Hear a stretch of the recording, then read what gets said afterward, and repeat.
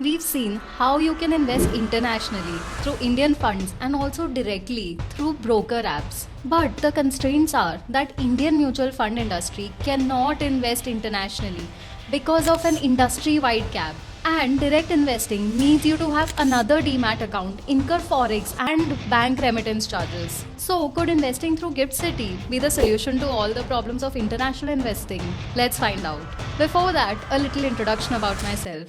I'm CA Vamika from The Wealth Palette, where we invest with clarity and confidence. In this video, we'll discuss first, what is Gift City, who is it for, and what are the tax benefits. Next, we look at 3 ways to invest through Gift City. In this video, we'll deep dive into the first way of investing through Gift City, which is NSE International Exchange. Okay, first let's understand what is Gift City. Gift City is short for Gujarat International Finance Tech City. It is India's first international financial services center located in Gandhinagar, Gujarat. It's like India's version of Singapore's IFSC or Dubai's DIFC, a zone that allows cross-border financial transactions under special regulation and tax benefits. Under FEMA, it's even treated as an international territory, so you can invest globally while staying within India's ecosystem.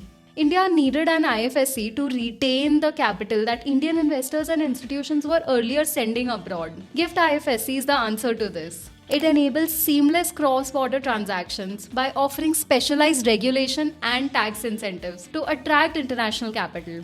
And even though there are international transactions happening from Gift City, the entire ecosystem is regulated by a special Indian regulator.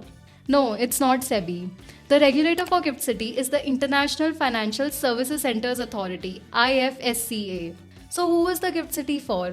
It is for first, persons resident outside India like foreign nationals, global institutions or global funds registered abroad. Second, it is for non-resident Indians or overseas citizens of India. Lastly and most important, it is for us, Indian residents who can invest up to 250,000 US dollars per year, which is 2.2 crores under the liberalized remittance scheme.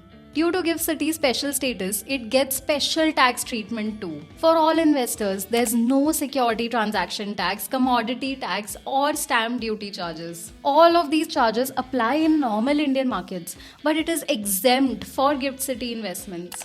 For non-residents, there's no capital gains tax on IFSC listed securities, and even interest income earned from IFSC units is tax-free. For companies set up within Gift City, there's a 10-year tax holiday, meaning no tax on profits for any 10 consecutive years out of the first 15 years. That is the incentive for Indian and foreign entities to set up operations in Gift City. But even though Gift City is an onshore within Indian territory, investments made by resident Indian investors via Gift City are taxable as foreign investments under Indian tax law. The taxation rules are the same as if you had invested directly abroad under Liberalized Remittance Scheme, short mein LRS. Indian residents can invest up to 250,000 US dollars, which is 2.2 crore rupees per financial year under the Liberalized Remittance Scheme LRS, while NRIs have no such limit. The income tax on capital gains and dividends is not exempt for Indian residents. 20% TCS on investments above 10 lakhs is also applicable for these investments. I've explained taxation for international investing in detail in this video. You can check that out after this one. In this video, we'll focus on Gift City investing options for Indian residents wanting to invest internationally through the LRS route. Okay, there are 3 ways to invest internationally for Indian residents via Gift City. In this video, we'll cover an interesting way of investing in US stocks through UDRs on NSE International Exchange. The other 2 ways of Gift City investing will be covered in the next 2 videos in this Gift City investing series. So do subscribe to the channel to not miss out the future videos in this series. If you want to go deeper into international investing, then I'm hosting a live webinar on 18th October on top US tech ETFs other than index ETFs. Do register if you're interested. Please note it is a paid webinar. Link is in the pinned comments. Okay, so what is NSE International Exchange? Short mein NSE IX. This exchange was launched in 2017. But you could start investing in US stocks on this exchange in the form of UDRs, unsponsored depository receipts, from August 2022. So what exactly is a UDR? UDRs are share lookalikes of a US company called receipts issued on a foreign exchange, in this case NSE IX. But these receipts are issued without the involvement of the original company. Hence, they are called unsponsored. Let's understand this with an example. If Microsoft UDRs are being issued, Microsoft itself is not involved in the issue of these depository receipts. The investor holds and trades in the UDRs on NSE IX, while a custodian having a broking account in the US holds the actual Microsoft shares on the investor's behalf. The UDRs are fractionalized for ease of trading. For example, on 7th October 2025, one Microsoft share is trading at $526, which is 47,000 rupees in the US on Nasdaq.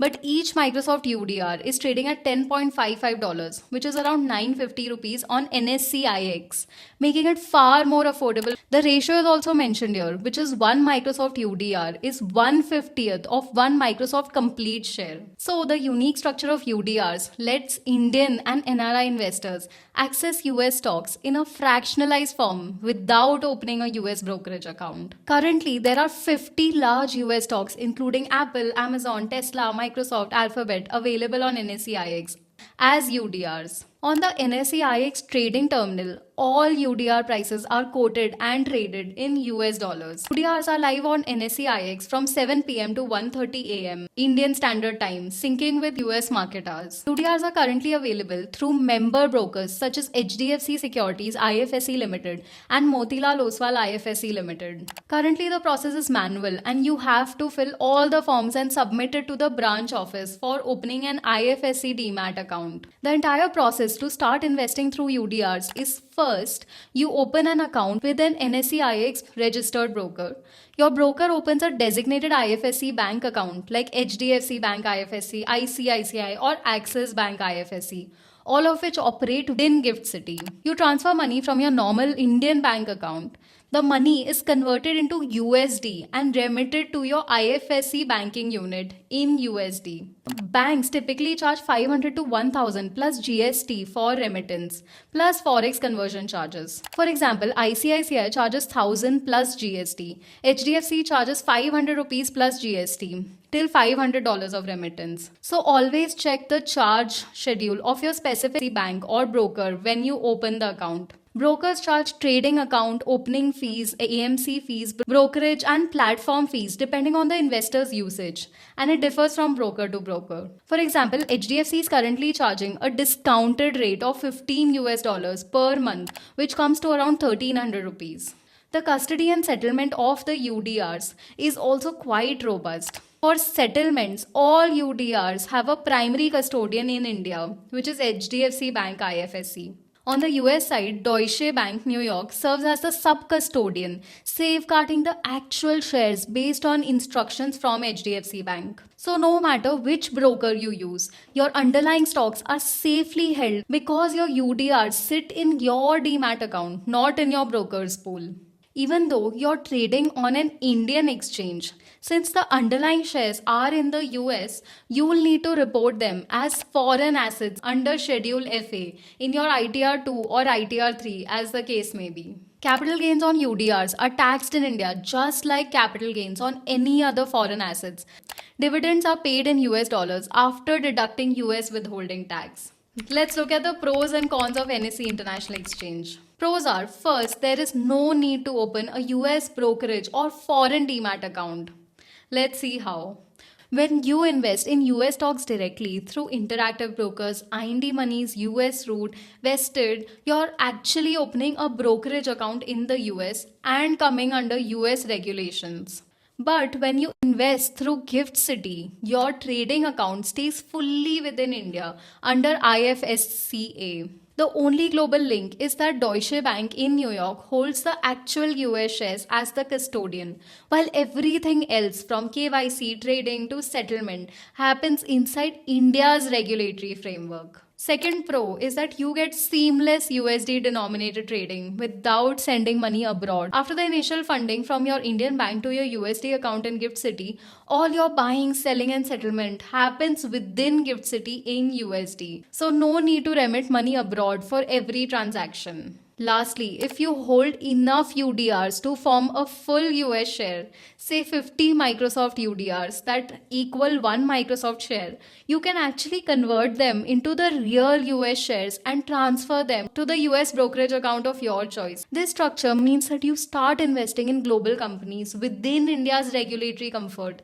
and still have the flexibility to move your holdings abroad later if you want. Cons are, first, of course, the stock universe is limited. Currently, there are only 50 top US stocks to invest in. Second, liquidity is quite less, which can lead to difference between the actual asset value and the trading value. Let's continue our Microsoft UDR example. Only 1,551 UDRs are being traded, which is very low. The price on Nasdaq of one Microsoft share is $526. 1/50th of that is $10.52. But on the NSE IX, we are getting it for $10.55, which is 0.3% higher.